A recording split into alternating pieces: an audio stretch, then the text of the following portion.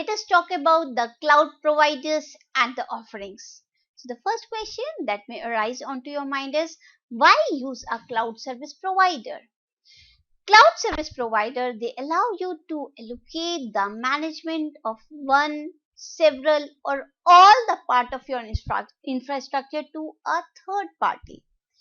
Instead of buying and maintaining your own infrastructure, you can access it as a service. Like we have just seen that what are these cloud service providers they are doing? They are not actually they are helping us in using all kind of infrastructure, using any kind of software and platform as a service. We do not have to go to the market and buy all these software that we require for development of some application, to buy all kind of hardware infrastructure that we need for our organization. We can do all this virtually. We can access all this as a service using the cloud service provider. So that is why this nowadays this has become easy and less costly to use all these services which are being provided to us using this cloud service provider. Second, why what are these cloud based offerings? The term cloud services, it refers to the wide range of services which is delivered on demand to the customer, to the companies over the internet. The number of services which can be provided to the companies and customer over the internet. So these are all the cloud based offerings. These services, they are designed to provide easy, affordable access to the application and the resources without the need for internal infrastructure or the hardware. Even though we are not having all kind of hardware with us, we are not having all kind of frameworks and the platform for ourselves, we are not having all these software with us, but still we can use them, we can access them as per our requirement. So these are the cloud based offerings that these cloud service providers they are providing us nowadays. So without any tension of using any kind of resource, we can so easily access these resources as a service using our cloud computing. Now let us study about some IoT cloud platform. Like in the previous unit, we have studied that what is this IoT? Internet of Things. When we have number of network devices that are going to be connected to each other using some clouds, these devices they are going to communicate with each other, exchange data between each other. So that is what is this Internet of Things. Now how is this happening? This is all happening with the help of IoT cloud platform. So IoT cloud platform do the task of bringing together the capabilities of the IoT devices and the cloud platform to perform the end-to-end services. IoT cloud platform, it extends the capability to the resources that are more user-centric, which increases the count and the scale of data and the devices. So this IoT platform, cloud platform, if we have, so it will extend our capability to use all these resources. The cloud platform service, it cannot only process the big data from the whole set of IoT devices, but it also provides a smart way to provision and manage each of them in an efficient manner. This includes the fine-grained control, the configuration and the management of IoT devices. So using our cloud platform, using our cloud service provider, we can manage all these IoT devices. We can have more control, more configuration and easy management of these IoT devices can be done. So basically, if we're talking about IoT cloud platform, it does this task of bringing together the capability of all the IoT devices and cloud platform to provide the end-to-end services to our users. It extends this capability of resources. that are more user centric, so it increases the count and scale of the data and the devices. So this IoT cloud platform, it is helping us, it is helping the users to connect all these devices and to easily exchange the data between these devices. Now let us study about few IoT cloud platform. The IoT devices. Now we know that these IoT devices, they have multiple sensors and it is connected to the cloud via the gateways. Various devices, they are connected to the internet and the big data to be processed through the IoT devices, and it get connected to the multiple applications. We know that whenever we are using these IoT services, so the devices, they need to have a connection between each other, so that so, for example, we can say here, if we are having our smartphone, we are having our smartwatch, we need to take a call, we are not having the cell phone into our hand, we need to receive a call, so we can just press down a button onto our watch and we can receive the call. So how is this happening? Because the data is getting exchanged between the cell phone and the smartwatch. So this, how is this data getting exchanged? Using the various services, using the various services that the cloud based computing is providing us.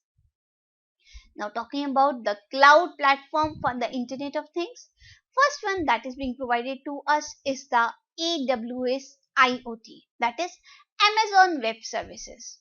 There are billions of devices present in the hospitals, in the homes, in cars, and n number of places.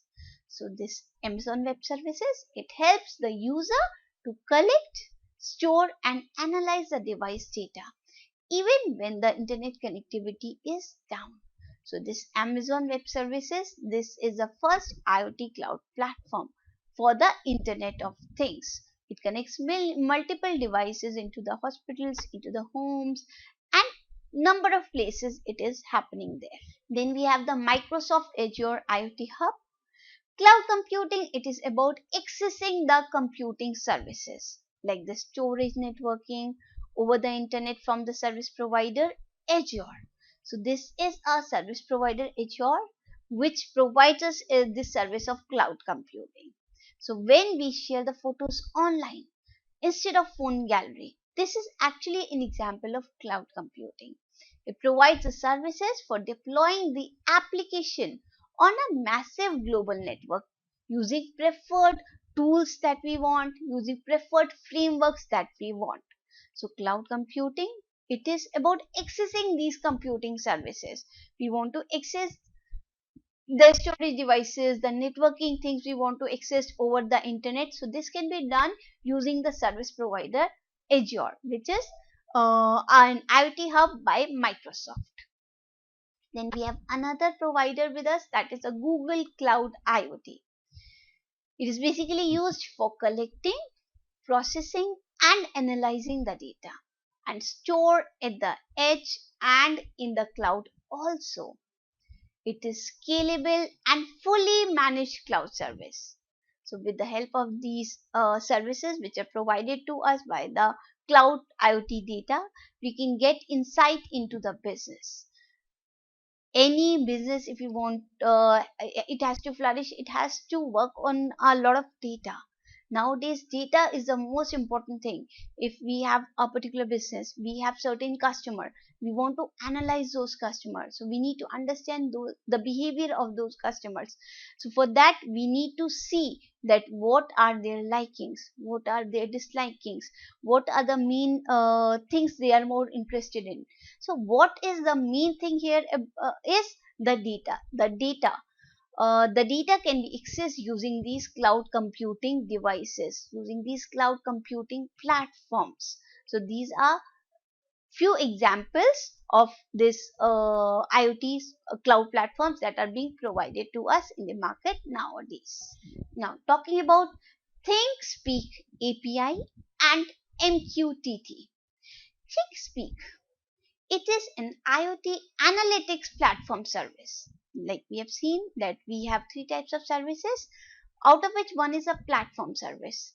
So ThinkSpeak, it is an IoT analytics platform service that allows you to aggregate, to visualize and analyze the live data streams in the cloud. So ThinkSpeak actually, it is an IoT analytics platform service.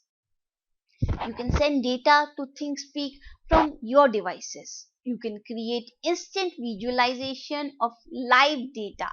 You can even send alerts using this ThinkSpeak service. The ThinkSpeak IoT platform, it enables the client to update and receive the update from channel feeds via the ThinkSpeak MQTT broker. Now this MQTT, we have talked about this protocol in our previous unit.